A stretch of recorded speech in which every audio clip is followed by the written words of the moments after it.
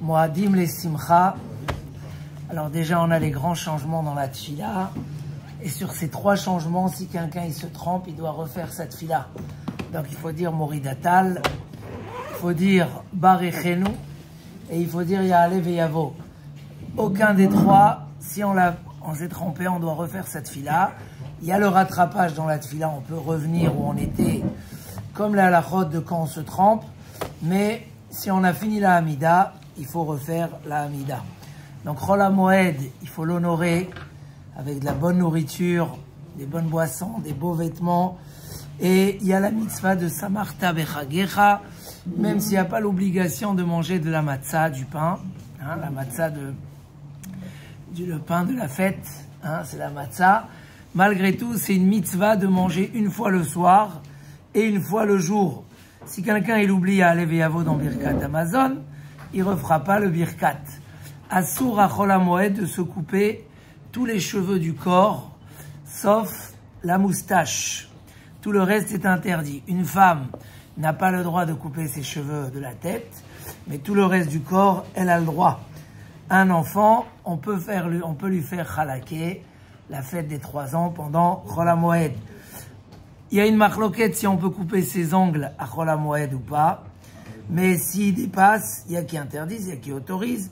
S'il les a coupés avant la fête, alors tout le monde lui permettre de les manger pendant la fête, de les couper pendant la fête. Voilà. Mais s'il les a pas coupés avant, il y a une marloquette. Assour de laver les vêtements pendant Chol HaMoed. Et Chachamim ont interdit ça pour qu'on rentre à la fête une fois qu'on est déjà prêt. Les habits des enfants, que dans tous les cas, même si on les lavait, ils se seraient ressalis, ou des chaussettes ou des vêtements que dans tous les cas, ils se seraient ressalis, on a le droit de les laver. Vaut mieux acheter des nouveaux habits à Chol HaMoed que laver des habits qui se sont salis, puisqu'on a le droit de faire des courses et d'acheter des vêtements, les Tzorech HaMoed. Si c'est juste une tache et qu'on la lave comme ça à la main, on a le droit de la laver. On a le droit de repasser les vêtements, les Tzorech HaMoed, ce qui est pour la fête, puisque c'est Maaseh Hediot, ou quelqu'un qui veut se faire un beau tzitzit pour la fête, il a le droit de le faire. Les travailler à Chol HaMoed, comme on a dit, si c'est un travail où c'est pour sauver une perte, alors c'est la règle de ce qui est moutard pendant Chol HaMoed, c'est pas pour sauver un manque à gagner, mais c'est sauver des pertes. On a le droit de travailler, on a le droit de faire tout ce qui est préparation de manger, de nourriture, et même la préparation de la préparation.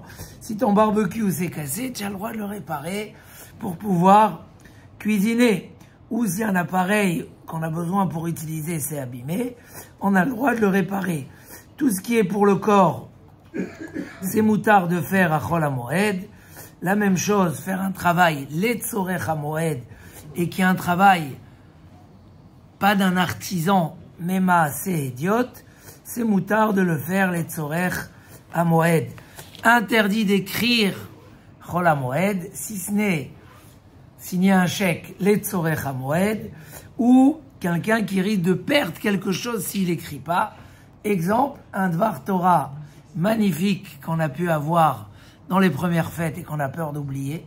Si on l'oublie, c'est d'avar à Aved.